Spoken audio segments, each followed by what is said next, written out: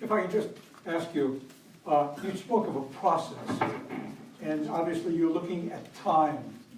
This, do you anticipate that with the right incentives, there can be any time in the foreseeable future a grand bargain which would somehow not only nullify the Taliban's insurgency, but also conceivably then bring other groups aboard?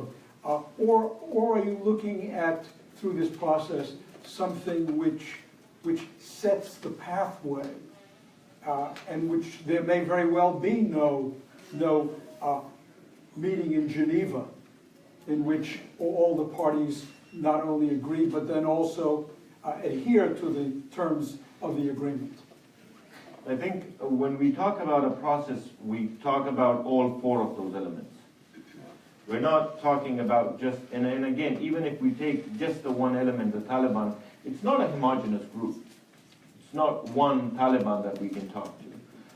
So there will be processes, and we're in the process of negotiating and talking to some of those elements that are willing to reconcile. Though that process had been ongoing, and it will continue to be the case. What we're talking about is this bigger concept of where terrorism is finding sanctuary, finding space, and finding itself an conducive environment to operate in. How do we eliminate that process? How do we eliminate that space, completely eliminate it, so that nobody has to suffer from terrorism, but also to end this undeclared war on Afghanistan? And this has not been refuted. We have stated, President Ghani on his first trip to Pakistan said that there has been an undeclared war on Afghanistan. Nobody in Pakistan refuted that idea, which means that that war is waged, but without any objectives.